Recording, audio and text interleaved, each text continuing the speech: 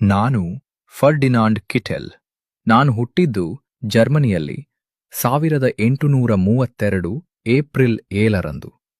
ನೀವು ಕನ್ನಡಿಗರಾಗಿದ್ದರೆ ಕವಿರಾಜಮಾರ್ಗದ ಈ ಸಾಲುಗಳನ್ನು ಕೇಳಿಯೇ ಇರುತ್ತೀರಿ.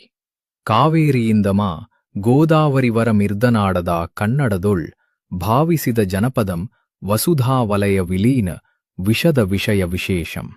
ಇದು ಪುರಾತನ ಕನ್ನಡ ನಾಡಿನ ಹಿರಿಮೆಯನ್ನು ಹೇಳುತ್ತದೆ. ನನ್ನ ಬಾಯಲ್ಲಿ ಕನ್ನಡ ಕೇಳಿ ಆಶ್ಚರ್ಯವೇ. ನಾನು 21 ವರ್ಷದವನಾಗಿದ್ದಾಗ 1853ರಲ್ಲಿ ಬಾಸೆಲ್ ಮಿಷನ್ನ ಆದೇಶದ ಮೇರೆಗೆ ಇಲ್ಲಿಗೆ ಬಂದೆ. ಮೊದಲು ಮಂಗಳೂರು, ನಂತರ ಧಾರವಾಡ. ಇಲ್ಲಿ ನನಗೆ ಕನ್ನಡದ ಪಾಠವಾಯಿತು. ಕನ್ನಡ ಕಾವ್ಯಗಳನ್ನು ಓದಿ ಆಳವಾಗಿ ಅರ್ಥಮಾಡಿಕೊಳ್ಳಲು ಪ್ರಯತ್ನಿಸಿದೆ. ಧಾರವಾಡದ ಹಳ್ಳಿಗಳಲ್ಲಿ ಮಿಷನರಿಯಾಗಿ ಕಾರ್ಯನಿರ್ವಹಿಸುತ್ತಾ ಪ್ರಾದೇಶಿಕತೆಯನ್ನು ಮೈಗೂಡಿಸಿಕೊಂಡೆ. ನನ್ನ ವಿವಾಹ ಜರ್ಮನಿಯ ಪೌಲಿನಾ ಜೊತೆ ಆಯಿತು. ದುರಾದೃಷ್ಟ, ಮದುವೆಯಾದ 6 ವರ್ಷಗಳಲ್ಲಿಯೇ ಆಕೆ ನಿಧನಳಾದಳು. ಚಿಕ್ಕ 2 ಮಕ್ಕಳ ಜವಾಬ್ದಾರಿಯ ಕಾರಣ ನಾನು ಆಕೆಯ ತಂಗಿ ಯೂಲಿಯಾಳನ್ನು ವಿವಾಹವಾದೆ. ನನಗೆ ಭಾಷಾಶಾಸ್ತ್ರದ ಒಲವು ಮೊದಲಿನಿಂದಲೂ ಇತ್ತು. ಹರ್ಮನ್ ಮೋಗ್ಲಿಂಗ್ ಮಾರ್ಗದರ್ಶಕರಾದರು.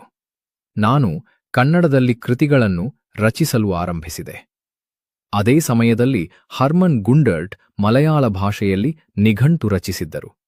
ಅದೇ ಮಾದರಿಯಲ್ಲಿ ಕನ್ನಡದಲ್ಲೂ ನಿಘಂಟು ರಚಿಸಲು ಬಾಸೆಲ್ ಮಿಷನ್ ನಿರ್ಧರಿಸಿತು.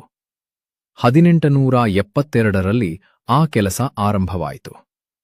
ನಾನು ಪದಗಳ ಬೆನ್ನು ಬಿದ್ದು ಇಡೀ ನಾಡನ್ನು ಸುತ್ತಾಡಿದೆ. ವಿದ್ವಾಂಸರೊಂದಿಗೆ ಚರ್ಚಿಸಿದೆ.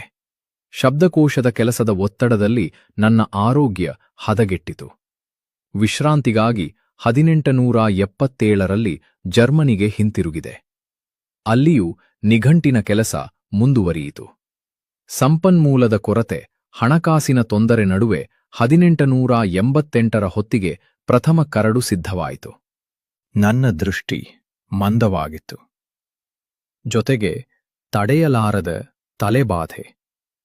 ಹಾಗಾಗಿ ನಾನು 1891ರಲ್ಲಿ ಜರ್ಮನಿಗೆ ಹಿಂತಿರುಗಿ ಟ್ಯೂಬಿಂಗನ್ನಲ್ಲಿ ನೆಲೆಸಿದೆ. 22 ವರ್ಷಗಳ ಪರಿಶ್ರಮದ ಫಲವಾಗಿ 1752 ಪುಟಗಳ 70,000 ಪದಗಳನ್ನು ಒಳಗೊಂಡ ಮಹತ್ವದ ನಿಘಂಟು 1894ರಲ್ಲಿ ಮಂಗಳೂರಿನ ಮುದ್ರಣಾಲಯದಲ್ಲಿ ಪ್ರಕಟವಾಯಿತು. ನಿಘಂಟು ದೂರದ ಜರ್ಮನಿಗೆ ಬಂದು ತಲುಪಿದಾಗ ನನ್ನ ಕಣ್ಣಾಲಿಗಳು ತುಂಬಿದ್ದವು.